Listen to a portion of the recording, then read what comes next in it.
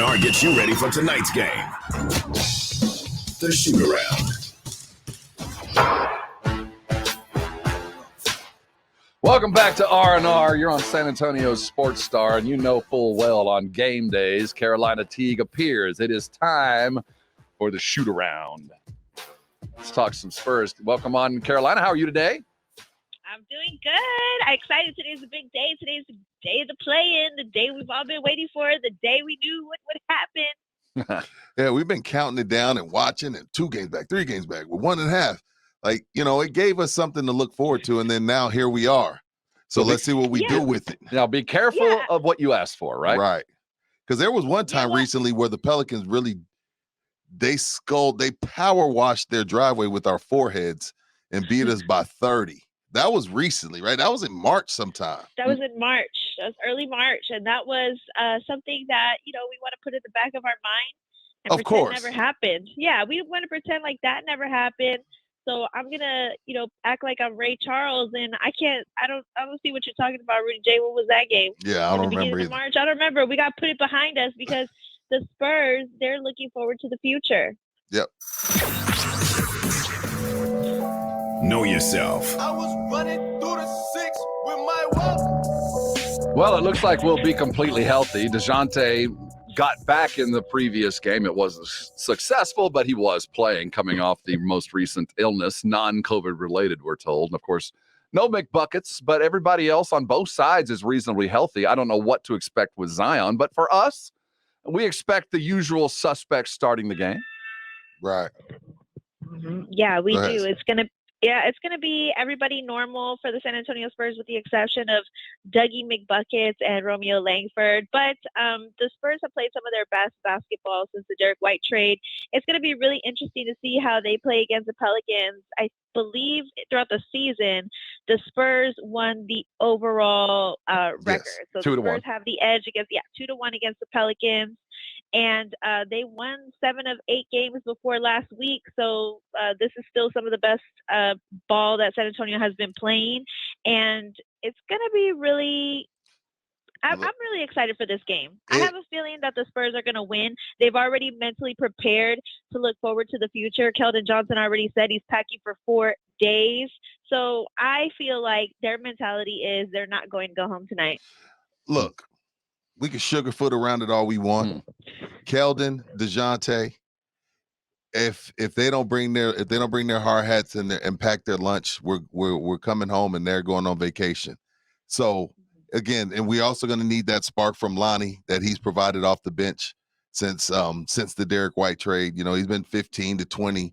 So but again, when your 2 leaders show role players, role players in a series. You're going to have nights where Danny Greens show up and they drop 25. But in a one and done, it's got to be your 2 stars. So if Keldon and DeJounte don't have good games, we have no shot tonight. And New Orleans, that arena is going to be rocking. It is. And that's of concern when you're dealing with a young team. We watched Cleveland last night walk out onto the Barclays Center floor, and they were not ready for playoff vibe action. It just was apparent that they hadn't seen that kind of intensity and speed in maybe since week 1 of the season when teams were just getting going and were excited because they just weren't ready. Yeah. We've talked about culture all day long, Carolina, as far as what it takes to have the culture to win.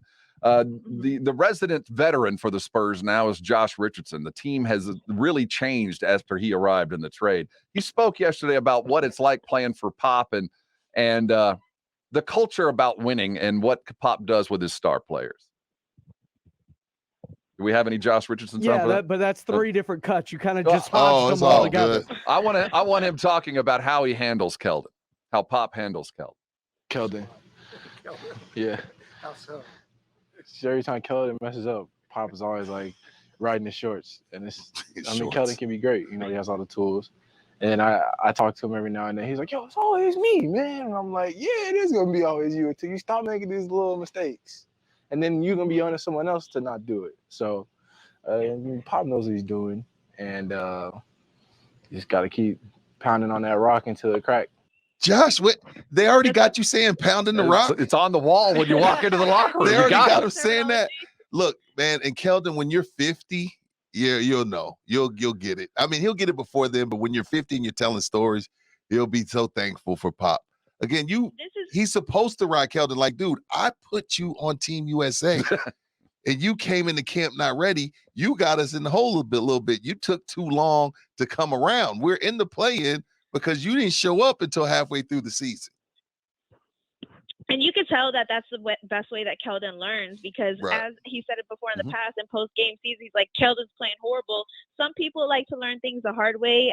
For example, I do as well. You know, when I was in history and I was failing, my history teacher, he would ride my shorts and he would force me to pass. And then I ended up making an A or a B because sometimes you need that spark lit up under you in order to move forward.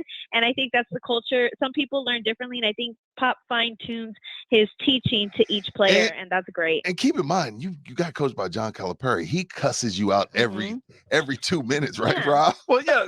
Some guys like to get coached hard. Yeah, and I think Carolina brought it up. I never took being coached hard personally. I never did. And it's hard to get over the fact that you're always being yelled at, especially when you make a little mistake and somebody else makes a huge one and I'm the one that suffers. I can see how it wears on you. And you're right. It'll take some time before Lonnie looks back or Keldon looks back or his other guys look back and go, it was all for the best. You know, I am better for that kind of nagging. And it doesn't feel good when you're going through it. And it takes guys like Josh to tell you, look, bro, this is a good thing. Rob, CT, the Spurs win if blank. I will go first here. Okay, go. Okay, go first, Rob. Since the All-Star break, Lonnie Walker's averaging a little over 15 points a game. Okay. And his season is at 12 to give you an idea of what he's done since. Okay. Once the door was open, Lonnie has taken full advantage of the opportunities had. And I think there's no surprise that as he has improved their play, the Spurs have continued to win or gotten better.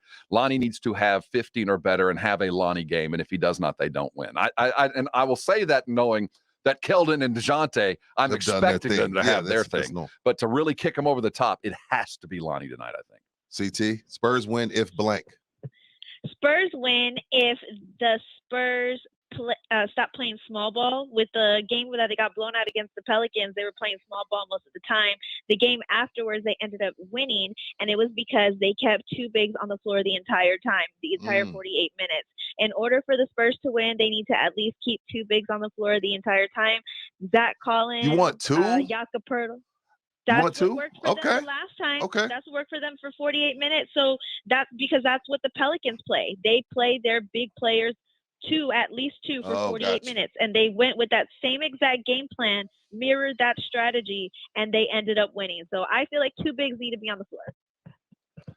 Pelicans minus Zion. Let's figure out what they're going to come with us. Know your enemy. I think I just called him Pledgy. I put a Y. I don't know where that came from. Sorry, Pledgy. I don't like it. That's horrible. He only hears that when the lights are off. Is Zion playing? That's the only thing I care about the Pelicans. Is he playing? Zion is not playing. Okay, then we're going to win. No, I'm kidding. He's out? That's what I felt too. I was like, if Zion plays, they got no chance. But Zion's not playing by the grace of God. He's not playing, and the Spurs have an opportunity. The thing about the Pelicans, though, is the Pelicans are 7-3 with their best lineup starting. CJ McCollum, Herb Jones, Brandon Ingram, Jackson Hayes, and Jonas Valanciunas. When they start, they're 7-3. Wow. When they play the Spurs, they never use that starting lineup. So we haven't seen how they play against the Spurs using that starting lineup, and that is going to be a major factor in determining how the Spurs are going to play up against Pelicans tonight. Yeah, the big three for them, when you talk about McCollum, Ingram, and Valanciunas, are going to have to perform. But I'm worried about Valanciunas. Yes. Like, CJ is going to be CJ. You know, he's going to pick and roll us to death. He's going to have 25, 26. I get it. Ingram's going to get his. But if we let the big fella get going, we're in trouble. So I think Poeltl and Collins and whoever else you want to throw at him, y'all got your hands full tonight, because there's just certain guys you just like, hey, he's 20. He's a walking 20. That's what's going to happen. But we can't let that big man get going. If not, like I said, we'll be in Maui. We'll be in Maui in the morning. Those 4 games that Keldon packed for, he could go on to Cancun to Puerto Vallarta or somewhere. You know what I'm saying? We can't let him get going.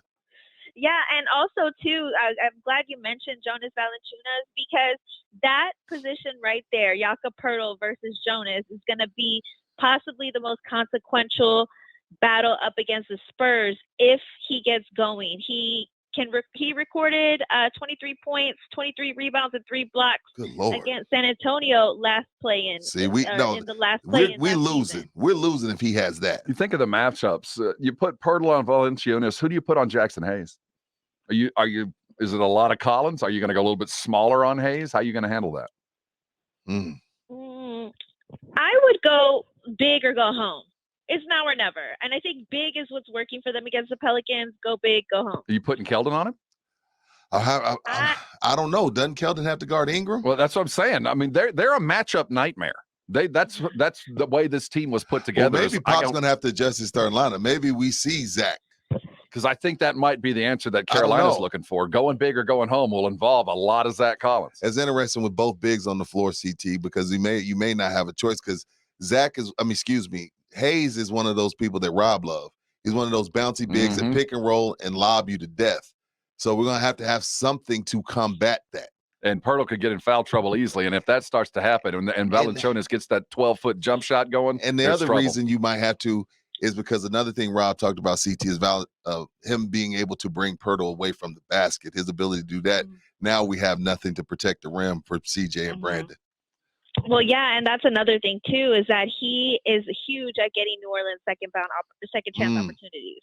So that Jonas, Valanciunas, and Jakob Pirtle combination, it's got to be who's going to be the best player. And if Jonas gets going, like you guys said, gets the best of him and shuts down Jakob Pirtle, they don't have a chance in hell. So it needs to happen tonight. Yeah, chance in hell. Well, Vegas isn't all that comfortable. They expect the Pelicans to take it by nearly 6. The line at 15.75. If you are into that, the money line is at 175 for the Spurs to win outright. 210 for New Orleans to lose straight up. 5.5-point spread. So who y'all got? I think before we get out of here, I am cautiously optimistic, Rudy. I think that the decision, it will be decided in the last 2 minutes. I think that the Spurs, sadly, are not going to take this home on the road. CT? Spurs have been playing well on the road, and I'm an optimist. Let's go with the Spurs. I still want to come on Spurs Insider every 8:30 in the morning on R&R in the morning. You ain't ready for it to end? I'm going to speak it into existence. I'm going to light my sage right when I get off, hope for the best. I'm going to be really conservative today, and I'm not going to pick a winner. I'm going to go with the under today, 226. I don't predict. I'm here to moderate. That means you don't want to pick against. You're not trying to get Spurs fan mad at you. You're not. You have to pick. This is the big game. He did. Have to make a choice. He told us. I'm picking a good game. She is Carolina Teague. This is I'm a huge Eagles fan. We look forward to having her back next week when they take on the Phoenix Suns in the playoff first round. Thanks, Carolina. We'll talk to you soon. Bye, guys. Later. She's dead on. Valanciunas does appear to be the linchpin for them.